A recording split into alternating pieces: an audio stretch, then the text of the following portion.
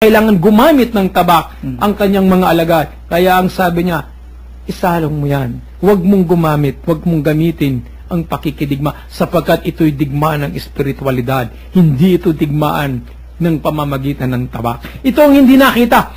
Ang akala nila ay digma ang pakikipaglaban ng mano-mano Ito'y digmaan ng spirituality. Kaya nga, nang sabihin ng ating Panginoon, nakikita nyo naman ako, bakit ngayon hindi nyo ko hinuhuli nung ako'y nangangarap? Hindi pa panahon. Pero dun sa huli, nang ibigay na niya ang kanyang sarili, ano po ang sinabi niya? Subalit panahon ninyo ngayon, at ang kapangyarihan ng kadiliman ang namamayani. Amen. Kaya yung liwanag, kanilang kinuha at hinuli. Amen. Kuya Bert? So, ang ibig sabihin, idol ni Kuya Ben, yung tabak, hindi talaga tunay na tabak. May simbolo lang yan. Simbolika. Okay? So, ngayon, ang makita natin dito, kailan kaya tayo nagiging Judas? Na natutularan natin si Judas. Kailan natin napagkakanulo ang Panginoon? Meron bang pangyayari sa ating buhay na naging katulad natin si Judas? Siguro kung minsan may pangyayaring ganon na dumaan sa ating buhay. Mga ginigiliw naming mga kapatid na nakikinig. Ako, marahil sa isang pagkakataon sa buhay ko, lalo na nung hindi ko pa kilala ang Panginoon, baka naging Judas na rin ako. Kaya, sa mga pangyayaring nung nakilala ko ang Panginoon, pinagsisihan ko yan. So ngayon, hindi na ako maaaring kailanman magiging Judas. Pero may pangyayaring hindi tayo nagiging Judas kapag ginagawa natin ang ginagawang ito ni Judas. No?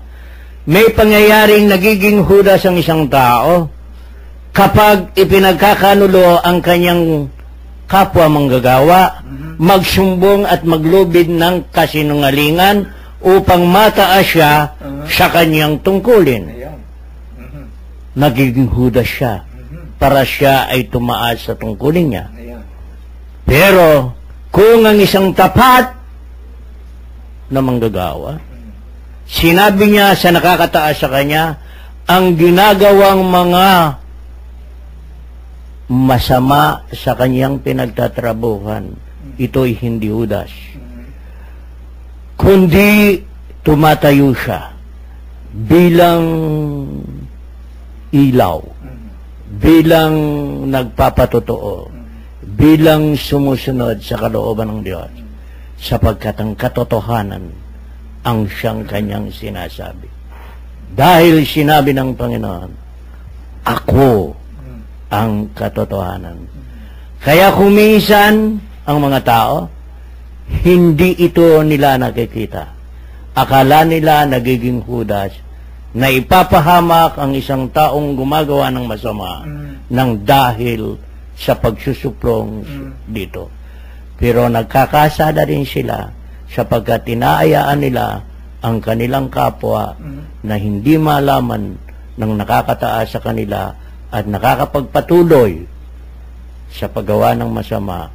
Isa rin siyang nagiging kasama dahil sa kanyang sasawalang bahala, nagkakasala siya sa Diyos. Na dapat gumawa siya ng masama, itayo niya ang katotohanan sa kanyang pagtatrabaho. Amen. So naroon ng pinaka-essence ng baka nga ho tayo'y nagiging Judas hindi ho ito sa pagkukanho naman natin talaga. Alam mo yun, sa gobyerno, sa mga samahan sa gobyerno, sa mga departamento sa gobyerno, sa mga andi dyan yung sulutan ng sulutan yung naguhudas dun sa mga kasamahan. Kaya hindi nagiging maganda ang takbo ng samahan dun sa isang departamento. Kasi marami dyan yung mga naguhudas na gumagawa-gawa lamang naman siya ng mga bagay para sa ganun ay siraan at ipaghudas yung mga kapwa niya. So yun ang pinakamabigat na nadarama ng tao, yung lalo na sa simbahan, marami rin mga naguhudas diyan. Madami. Marami. Pero alam nyo mga minamahal kong mga kasama, Kuya Men, ang may ugat yan eh. Bakit ito yung mga nagiging hudas? For example, lalo na nabagit yung government employee, kapag kasi may makatas yung posisyon, kahit na kaibigan magkatabi kayo riyan, tumukoy na ako ng isang ahensya. Halimbawa, collector of customs. Kapag collector of customs, nako, juicy yan eh. Sabi nga nila, juicy position yan, ha? Naku po, nag-aagawa niyan. Kahit na kaibigan niya yung collector nakaupo dyan, pipilit na siya may palit doon eh. Kuhudasin niya yun sapagkat, ang daming pera niyan eh. Napakaraming pera. Parang BIR din yan eh. So, yun ang naging may ugat eh.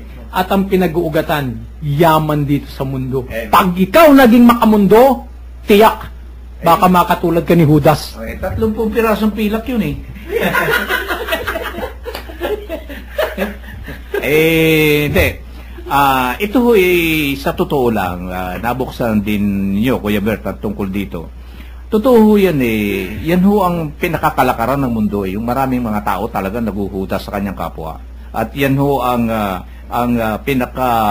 nilulunduho nitong aral na ito kung bakit huron sa 12 ay merong nga ho naghudas eh. Sa 12, binibiro mo yung isa yung naghudas. Ay baka ho sa mga departamento eh, merong mga department head yan eh. Meron din ho naghuhudas para naman hukunin yung kanilang mga posisyon. Hindi ba? Ganyan ho talaga. Yan ang kalakaran ng mundo. Pero hindi ho yan ang aral. Hindi yun ang aral. Hindi yan ang aral ng ating Panginoong Hesus.